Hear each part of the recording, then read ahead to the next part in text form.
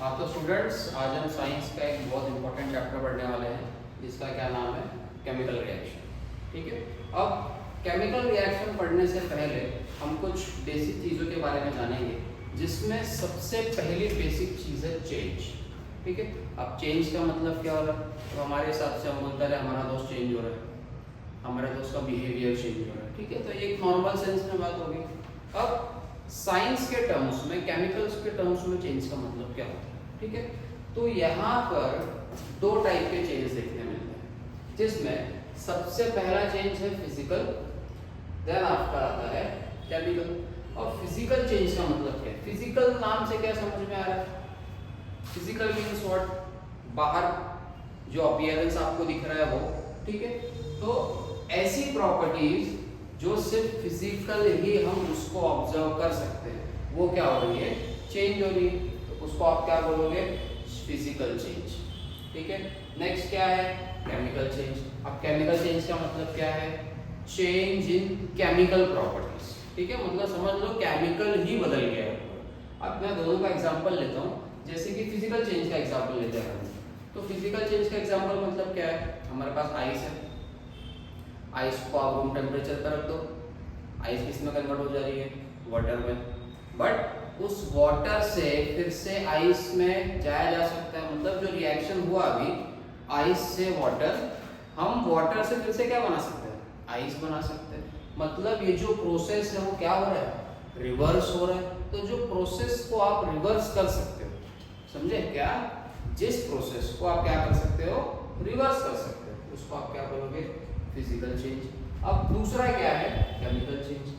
अब chemical change मतलब हम केमिकल प्रॉपर्टीज की बात कर रहे हैं। फॉर एग्जांपल मान लो उसका अपीयरेंस चेंज हो गया, जैसे कि पेपर। तुम पेपर ले लो, पेपर में आग लगा दो। ठीक है, पेपर में आग लगा दो, आपने पेपर को जला दिया। व्हाइट पेपर किसमें कन्वर्ट हो गया? ब्लैक कलर के ऐश में। अब उसको रिवर्स किया जा सकता है क्या? आप उस ब्लैक कलर की ऐश से फिर से पेपर बना सकते हो क्या? Is it possible? नो। तो केमिकल जो चेंज होता है उसको आप रिवर्स नहीं कर सकते। ठीक है, मतलब एक बार जो चेंज हो गया परमानेंट चेंज हो गया, बस बात खत्म। ठीक है, तो अभी कोई भी रिएक्शन हो रहा है या फिर रिएक्शन नहीं हो रहा है, हम कैसे चेक करेंगे? कुछ पैरामीटर्स है हमारे पास, जैसे कि सबसे पहला क्या है? स्टेट के अंदर क्या होना चाहिए? चेंज होना चाहिए। ठीक है, मतलब जो उसका स्टेट, फॉर एग्जांपल सॉलिड है तो लिक्विड में हो जाए, लिक्विड है तो गैस में, मतलब इस तरीके से उसका स्टेट क्या होना चाहिए? चेंज होना चाहिए। उसके बाद चेंज इन कलर, कलर बदल जाए। जैसे कि पेपर की बात की मैंने, पेपर अपना व्हाइट कलर का, आपने उसको जला दिया, कौन से कलर का हो गया? वो ब्लैक कलर के ऐश में कन्वर्ट हो गया। Then evolution of gases. जब भी केमिकल रिएक्शन होगा, केमिकल चेंज होगा, देन डेफिनेटली उसमें से क्या निकलेंगी? गैसेस निकलेंगी। और गैसेस निकलने के बाद उसका टेम्परेचर भी क्या होता है? राइज होता है। ठीक है, अब टेम्परेचर तो फिजिकल चेंज में भी होता है राइज, बट हम स्पेसिफिकली केमिकल की बात कर रहे हैं। तो केमिकल चेंज जब होगा तो ये चारों चीजें एक साथ होंगी। तो जब ये चारों चीजें एक साथ हो रही हैं, इसका मतलब आप समझ जाओ कि वहां पे कौन सा चेंज हुआ है? Chemical change. ठीक है, समझा यहाँ तक सबको? तो अब हमारा नेक्स्ट टॉपिक है केमिकल इक्वेशन। ठीक है, बहुत से बच्चों के दिमाग में सर इक्वेशन क्या है? मैथ्स में इक्वेशन पढ़ते थे आप, केमिस्ट्री में, साइंस में भी इक्वेशन ले आए हो, तो भी इक्वेशन क्या है? देखो कैसा है, देखो हम साइंस वाले, हमारी जगह क्या बोलते हैं? शॉर्टकट। ठीक है, जैसे कि अभी मान लो मम्मी गाँव गई है, चाय बनानी है मुझे, मम्मी से पूछा मम्मी चाय कैसे बनानी? मम्मी बोल रही पानी ले, पानी गर्म कर, उसमें चाय पत्ती डाल, फिर अदरक डाल, फिर शुगर डाल, उसको उबाल, उसके बाद उसमें दूध डाल, उसके बाद चाय बनेगी। बहुत ज़्यादा लंबा प्रोसेस है। तो हम साइंस वाले क्या करेंगे? डायरेक्ट लिखेंगे वाटर, टी, शुगर, एरो, दोनों टी, ये चाय पत्ती अपने आप अपना बोलोगे सर नौ से टी लिखा। तो इतना बड़ा प्रोसेस मैंने 3 वर्ड में कर दिया। अब बहुत से बच्चे बोलेंगे सर मेज तो लिखा ही नहीं, भैया मैं ब्लैक टी पीता हूँ। ठीक है, तो देखो इक्वेशन क्या है? इक्वेशन एक सिंपल या फिर एक बेटर वे है जो किसी भी लेंथी प्रोसेस को समझने में क्या कर देता है, आपको थोड़ा सा इजी कर देता है। जैसे मैंने चाय बनाने की रेसिपी लिख दी है, कोई नहीं पढ़ेगा उसको, कौन पढ़ेगा? चाय बनाने की रेसिपी कौन पढ़ेगा? अगर मैं इस तरीके से लिख दूँ तो ये इजी हो गया, पानी ले लो, चाय पत्ती ले लो, शक्कर ले लो। अब बहुत से लोग बोलेंगे सर उबालना भी तो पड़ता है, अब उसके लिए क्या करें? ये लो, मैंने ट्रायंगल बना दिया। अब इस ट्रायंगल का मतलब क्या है कि भैया ये सबको लेके क्या करना है? गर्म करना है। अब गर्म कर लो, आपकी चाय क्या होगी? रेडी होगी। तो ये एक क्या है, ये एक बेटर और सिंपलेस्ट वे है किसी भी प्रोसेस को लिखने का या फिर उसको एक्सप्रेस करने का। ठीक है, तो अभी जनरल टर्म्स में हम क्या लिखते हैं? Word equation. ये सब आपने 7th 8th स्टैंडर्ड में पढ़ा होगा कि वर्ड इक्वेशन लिख रहे हैं। वर्ड इक्वेशन में जैसे कि मैंने मैग्नीशियम आयन लिया, उसको बर्न करना शुरू किया, मैग्नीशियम ने ऑक्सीजन के साथ में रिएक्शन करके क्या बना दिया? मैग्नीशियम ऑक्साइड बना दिया। अभी इतना बड़ा प्रोसेस 3 वर्ड में खत्म हो गया। ठीक है, यही क्या है आपका केमिकल इक्वेशन है। ठीक है, अब इस केमिकल इक्वेशन को थोड़ा सा और भी इजी किया जा सकता है। कैसे? इसके सिंबल्स लिखेंगे। जैसे कि मान लो सिंबल में हम क्या लिखेंगे? Mg, ठीक है, plus O2 gives 2MgO। Mg क्या है आपका? मैग्नीशियम। ये क्या है? ऑक्सीजन। ये क्या है? Magnesium oxide. ठीक है, अब देखो क्या है, इक्वेशन लिखने के बाद उसको बैलेंस करना बहुत जरूरी है। ठीक है, क्योंकि उन सभी लोगों ने, सभी बच्चों ने एक law of conservation of energy वाला रूल पढ़ के रखा है। ठीक है, जिसमें हम लोग क्या बोलते हैं कि जो मास है उसको आप ना बना सकते हो ना डिस्ट्रॉय कर सकते हो। मतलब प्रोसेस के पहले का जो मास है वो और प्रोसेस के बाद वाला जो मास है दोनों क्या रहेगा? सेम रहेगा। तो मैंने जो रिएक्टेंट लिए हैं उन सबका नंबर प्रोसेस होने के बाद जब ये प्रोडक्ट में कन्वर्ट हो गया तो ये भी क्या होना चाहिए? सेम होना चाहिए। ठीक है, तो हम सिंपल से क्या कर देंगे, यहाँ पे 2 लगा देंगे। 2 मैग्नीशियम 2 ऑक्सीजन, 2 मैग्नीशियम 2 ऑक्सीजन। ये रिएक्शन क्या हो गया?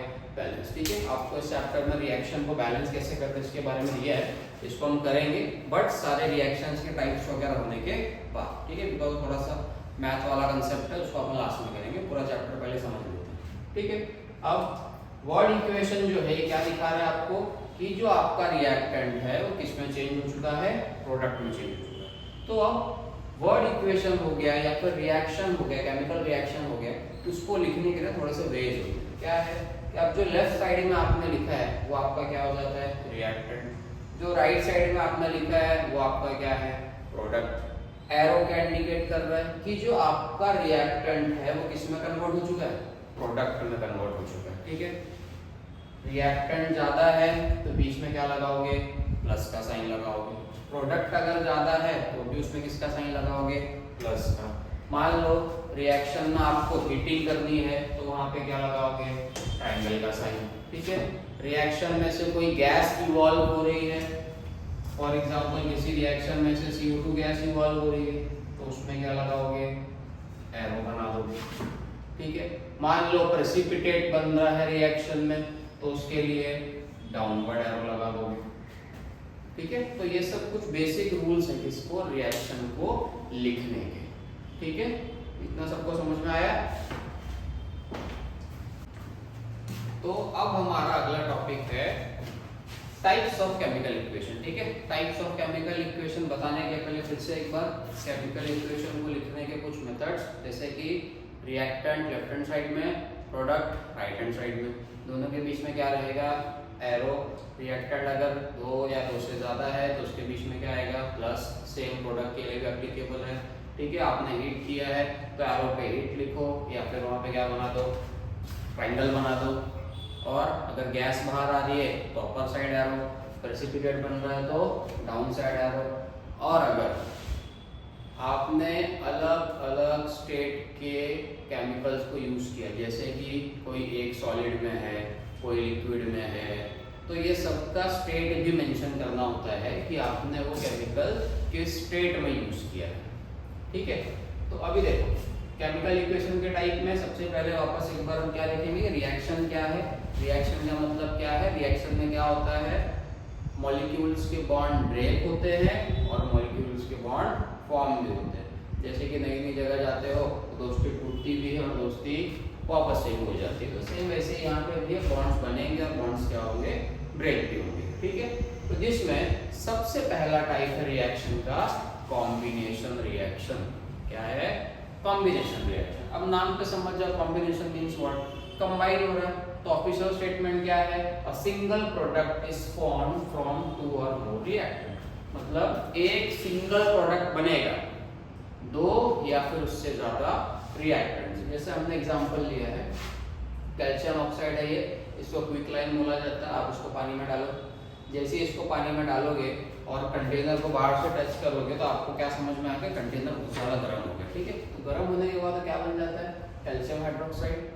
मैंने ये सॉलिड स्टेट में लिया, पानी अपना लिक्विड स्टेट में है, और यहाँ पे मैंने AQ लिखा है। AQ का मतलब क्या होता है, एक्वस सोल्यूशन। ठीक है, दोनों है लिक्विड में ही, बट ये थोड़ा सा अलग इसीलिए है because calcium hydroxide generally liquid form में होता नहीं है, हमने उसको जबरदस्ती या फिर वाटर मिक्स करके बनाया है, इसीलिए वहाँ पे क्या मेंशन होता है, एक्वस।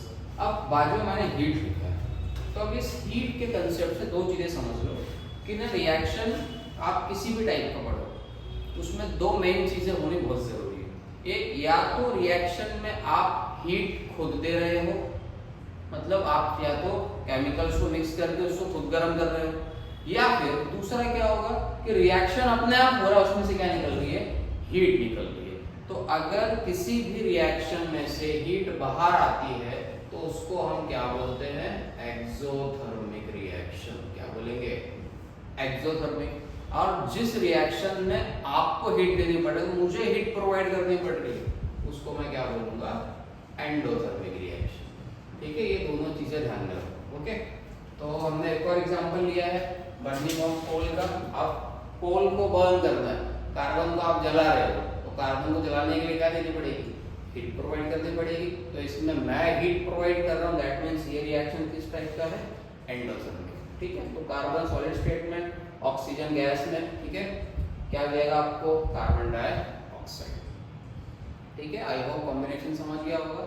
नेक्स्ट क्या है, डीकम्पोजिशन। अब डीकम्पोजिशन का मतलब क्या है, हम यहाँ पे चीजों को क्या कर रहे हैं, ब्रेक कर रहे हैं। तो इसका स्टेटमेंट क्या बनेगा कि आपके पास एक सिंगल रिएक्टेंट है, उस सिंगल रिएक्टेंट के रिएक्शन होने के बाद वो रिएक्टेंट दो या फिर दो से ज्यादा प्रोडक्ट में क्या हो जा रहा है, डिवाइड हो जा रहा है। मतलब एक बंदा अलग अलग पार्ट्स में क्या हो गया, ब्रेक हो गया। जैसे कि मान लो बचपन में अपन वो गेम खेलते थे ना, रोबोट के पार्ट्स मिलते थे चिप्स के अंदर, क्रैक्स वगैरह में ऐसा होता था शायद पहले कि एक क्रैक्स का ही रोबोट का पार्ट लो। ठीक है, तो ऐसा रोबोट के पार्ट्स को हम क्या करते हैं, जोड़ देते, ज्वाइन कर देते, एक सिंगल रोबोट मिलता है, फिर से उसको क्या कर दो, अलग कर दो। ठीक है, तो एक रिएक्टेंट मल्टीपल प्रोडक्ट्स। एग्जांपल क्या लिया है हमने, कैल्शियम कार्बोनेट। इसका एग्जांपल लिया है कैल्शियम कार्बोनेट, जिसको हम लोग क्या बोलते हैं, लाइमस्टोन। आप इसको गर्म करना शुरू करो, आपको क्या मिलेगा, क्विकलाइन, और साथ में क्या मिलेगी, कार्बन डाइऑक्साइड। अब एक चीज ध्यान रखो, एरो पे मैंने क्या लिखा है, हीट, मतलब इस रिएक्शन में मैं क्या कर रहा हूँ, लाइमस्टोन को गर्म कर रहा हूँ। गर्म करने के बाद क्या हो रहा है, डीकम्पोजिशन। तो जो डीकम्पोजिशन रिएक्शन हीट देने के बाद हो रहा है, उसको हम लोग क्या बोलते हैं, थर्मल डीकम्पोजिशन। क्या बोलेंगे उसको, थर्मल डीकम्पोजिशन। ठीक है, ये दोनों रिएक्शन समझ में आ गए सबको, फटाफट इसको नोट कर लो। तो बच्चों, अब जो अगला टाइप का रिएक्शन है उसका नाम है डिस्प्लेसमेंट रिएक्शन। अब डिस्प्लेसमेंट रिएक्शन का स्टेटमेंट क्या है, यहाँ पे क्या होता है, देखो यहाँ पे एक सोल्यूशन होता है जिसके अंदर एक मेटल प्रेजेंट है, मेटल आयन प्रेजेंट होता है, मतलब मेटल का सोल्यूशन है, और दूसरा क्या होता है, मेटल होता है। ठीक है, तो इसमें क्या है कि एक जो मेटल है वो बहुत ज्यादा रिएक्टिव है, दूसरा वाला थोड़ा सा लेस रिएक्टिव है। तो ये जो मोर रिएक्टिव मेटल है वो क्या करेगा, सोल्यूशन के अंदर जाके इस लेस रिएक्टिव मेटल को वहां से क्या कर देगा, रिप्लेस कर देगा, हटा देगा। ठीक है, तो इसी को क्या बोला जाता है, डिस्प्लेसमेंट रिएक्शन। तो जनरल टर्म्स में जैसे मान लो स्कूल का पहला दिन होता है, सबको पहली बेंच पे बैठना है। मान लो कि आप थोड़े से कमजोर हो, आप पहली बेंच पे बैठ गए हो, एक हट्टा कट्टा बंदा आ गया मस्त आपकी क्लास में, अब वो क्या करेगा, आपको दम देके वहां से भगा देगा। ठीक है, तो सेम यहाँ पे भी वही चीज होगी। यहाँ पे क्या, ये थोड़ा सा ज्यादा मोर रिएक्टिव, मतलब थोड़ा सा ज्यादा स्ट्रॉन्ग है, जिसकी वजह से ये क्या कर रहा है, इस लेस रिएक्टिव वाले को वहाँ से क्या कर दे रहा है, रिप्लेस कर रहा है। इसी को हम क्या बोलते हैं, डिस्प्लेसमेंट रिएक्शन। ठीक है, इसका प्रैक्टिकल भी है आपके 10th में। ठीक है, जिसमें कॉपर सल्फेट के सोल्यूशन में हम लोग ऐसा लोहे की कील टांग के रखते हैं, कुछ टाइम बाद देखने जाते हैं तो ये कलर चेंज हो गया रहता है पूरा, किसका, लोहे की कील का। मतलब क्या हो गया, कॉपर उसके ऊपर डिस्प्लेस हो चुका है, कॉपर वहाँ आ गया और ये वाला दूसरी जगह चली गया। नेक्स्ट क्या है, डबल डिस्प्लेसमेंट रिएक्शन। अब डबल डिस्प्लेसमेंट रिएक्शन में ज़्यादा कुछ नहीं। डबल डिस्प्लेसमेंट रिएक्शन मतलब क्या, मांडोली कर ली। मांडोली मतलब क्या कि हमने क्या किया, हमने दो कंपाउंड्स लिए, दोनों के दोनों क्या एक टाइप के सॉल्यूशन है मान लो। ठीक है, दोनों सॉल्यूशन में एक एक क्या प्रेजेंट है, मेटल आयन प्रेजेंट है। तो ये दोनों आपस में मिक्स होंगे, बोलेंगे भैया ये वाला मेटल मेरे पास है, एक काम करो ये तुम ले लो, तुम्हारा वाला क्या करो मुझे दे दो। तो दोनों आपस में अपनी जगह क्या कर लेते हैं, चेंज कर लेते हैं। तो कोई भी ऐसा रिएक्शन जहाँ पे एलिमेंट्स ने म्यूचुअली अपनी जगह क्या कर ली है, चेंज कर ली है, उसको आप लोग क्या बोलोगे, डबल डिस्प्लेसमेंट रिएक्शन। पर ध्यान रखना दोनों सॉल्यूशन के अंदर क्या होना चाहिए, मेटल आयन। एग्जाम में आता है ये, बोर्ड क्वेश्चन में भी आता है कभी कभार, ऐसा इक्वेशन लिख के दे देंगे, बोलेंगे बताओ कौन सा टाइप है, तो बच्चे कंफ्यूज हो जाते हैं। तो आपको क्या ध्यान में रखना है, दोनों सॉल्यूशन, दोनों के अंदर एक मेटल आयन प्रेजेंट होगा। ठीक है, तो दोनों आपस में दूसरे को क्या कर देंगे, चेंज कर देंगे। ये बोलेगा आप यहाँ आ जाओ, ये बोलेगा आप इधर आ जाओ, तो दोनों ने आपस में जगह क्या कर ली, चेंज कर ली। इसको हम लोग क्या बोलेंगे, डबल डिस्प्लेसमेंट रिएक्शन। ठीक है, तो आज यहाँ पे रखते हैं, जो बाकी का जो आपका चैप्टर पेंडिंग है वो हम नेक्स्ट वीडियो में क्या करेंगे, कवर कर लेंगे। इसको अच्छे से पढ़ो, जो भी नोट्स हैं प्रॉपर नोट करके रखो, सब कुछ लिख के रखो।